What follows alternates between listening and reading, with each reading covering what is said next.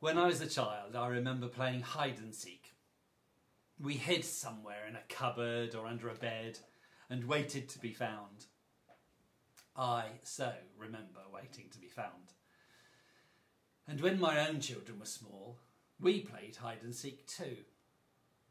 They'd run and hide, perhaps half hidden behind a curtain, absolutely desperate to suppress their giveaway giggles. And of course, when it was my turn to hide and their turn to find me, I so wanted them to enjoy finding Daddy. So I hid where I would soon be discovered and loved their squeals of joy. These memories go through my mind now as I recall the mornings when I was waiting for the kind stranger to come. I knew he would come. He'd said he'd come if I sat quietly. And like the little children, I was desperate to be found. And of course I was. He'd promised. I was in the garden sitting at one end of our old swinging seat. I'd been there enjoying the peacefulness for maybe 10 minutes or so when I felt his smile again and him come and sit at the other end of the seat. I couldn't see him, but I knew he was there. You'll probably know that feeling by now. It's marked by an overwhelming sense of being loved, being wanted and accepted, just as I am, sitting here talking to you, even though I don't deserve it. "Good morning," he said. "And by the way, I'm not here because you deserve it, but because you're now my friend." His voice was strong. He chuckled. He'd read my mind. And yes, I do very much.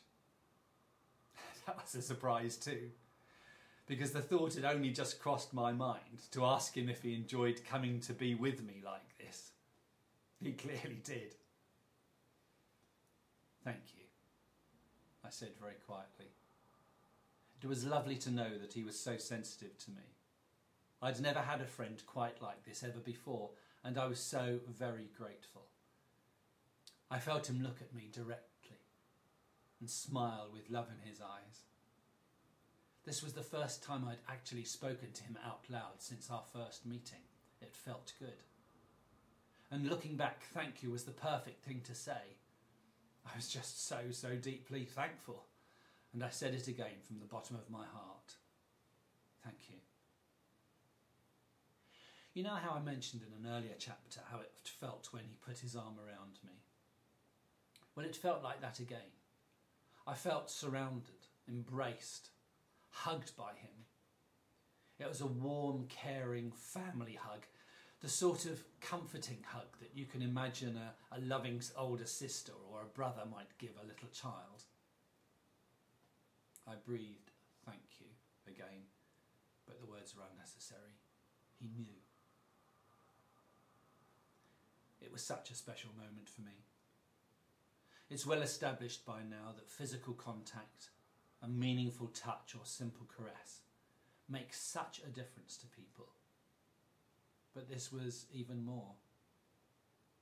It was all-encompassing and went so deep inside me.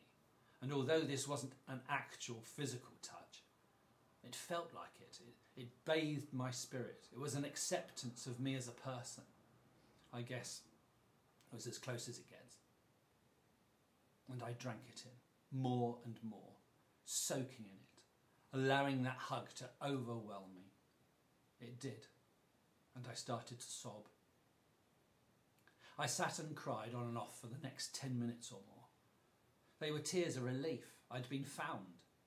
It was as if his hug was melting the core of me, softening me again, and the tears were merely a stream flushing away the debris of years.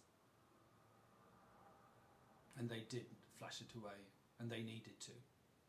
As the emotions subside, I felt clean, whole and refreshed. I turned to speak, but it slipped away. That was okay. I knew he'd be back. I also knew that his hug would be mine forever.